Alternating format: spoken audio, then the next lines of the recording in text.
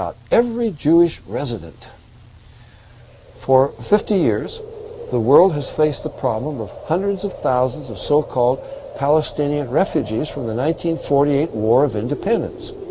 Typical of its lies, world media accuses the Jews of ruthlessly dispossessing the native population.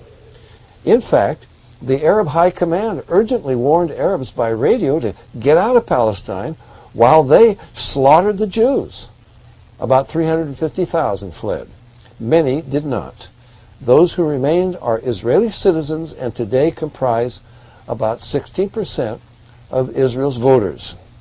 Jordan annexed the UN-designated Palestinian territory, expelled all Jews, destroyed all Jewish houses of worship, and renamed as West Bank what had been Judea and Samaria since Bible times.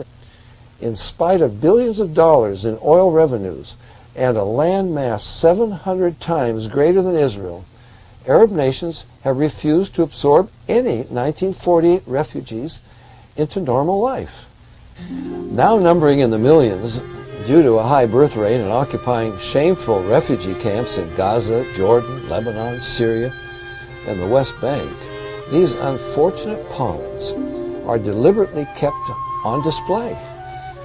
In contrast, the fledgling state of Israel, with a population at the time of 600,000, quickly absorbed 820,000 Jewish refugees who fled from Arab lands where for 1,300 years, since the advent of Islam, Jews were routinely beaten and spat upon in the markets and streets.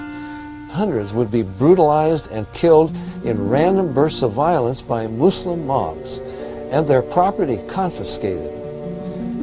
Israel's rebirth provided a welcome refuge to which they fled. Israel has absorbed millions of immigrants.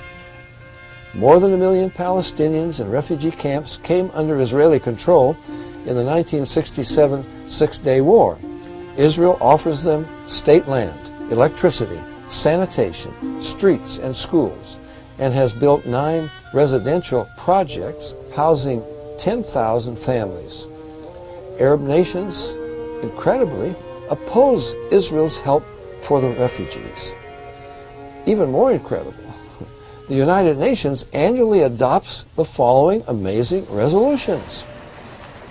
The General Assembly demands that Israel desist from the resettlement of Palestine refugees in the Gaza Strip.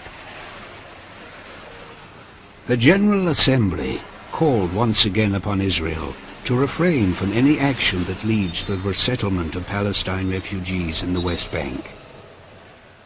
Going back 3,000 years, Jerusalem was always the capital of Israel under her kings. Modern Israel has its Knesset there. But the world's nations locate their embassies elsewhere. While visiting Jerusalem in 1998, the Vatican's foreign minister called the Israeli presence in East Jerusalem, quote, illegal occupation, unquote. In March 1999, Israel was notified again that the European Union does not recognize Israel's sovereignty over Jerusalem. In a papal bull on the year 2000 Jubilee, John Paul II once again rejected Israeli sovereignty over Jerusalem. In mid-February 2000, the Vatican signed an agreement with the PLO calling for, quote, international guarantees to preserve Jerusalem under international control. Roman Catholicism and Islam are Israel's 2 major enemies. Pope John Paul II has warmly received Yasser Arafat, that terrorist, many times, beginning when he was at the height of his career as the world's most notorious murderer and criminal.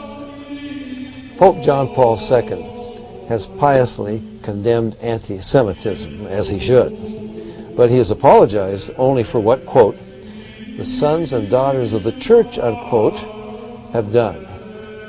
Never has he admitted that the Inquisition and slaughter of Jews and evangelical Christians were official policy of the church and its popes.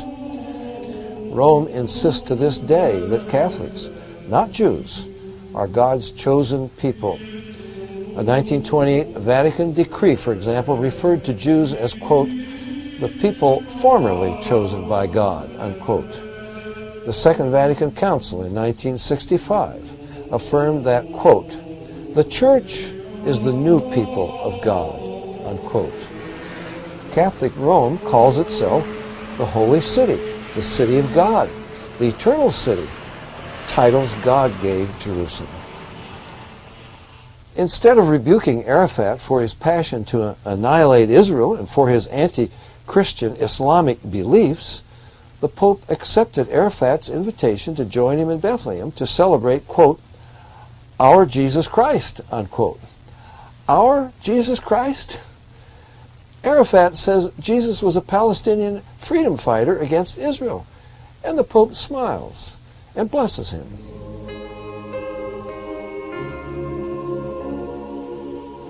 Jews blame Christ and Christianity for Catholicism's anti-Semitism. But Catholicism, with its false gospel of works and sacraments, purgatory and indulgences, is not biblical Christianity. No true Christian could be anti-Semitic. Jesus was a Jew. In fact, the Catholic Church has killed far more Christians than it has Jews. Pope Innocent III massacred the entire city of Béziers, France, about 60,000 Albigensian Christians, and he called it the crowning achievement of his papacy.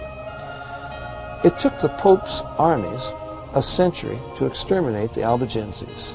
The same fate was meted out to the Waldenses, Huguenots, Hussites, and others. In St. Bartholomew's massacre, 70,000 Huguenots were slaughtered, another 200,000 slain later, and about 500,000 fled France for their lives. Examples could be multiplied.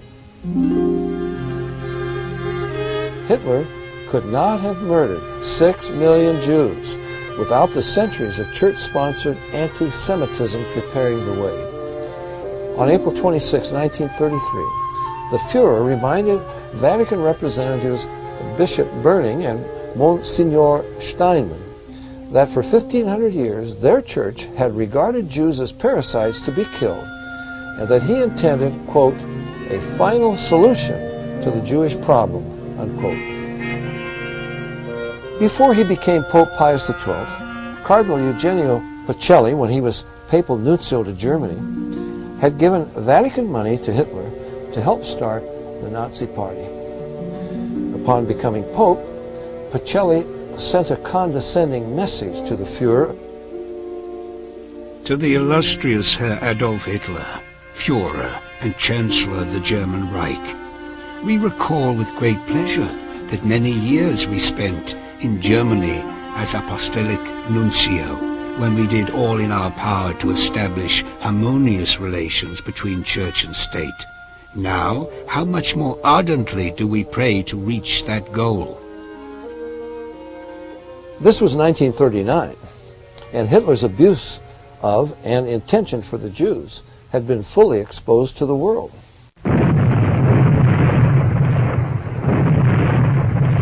In January of that year, Hitler had warned that the outbreak of war would result in the, quote, extermination of the Jewish race, unquote.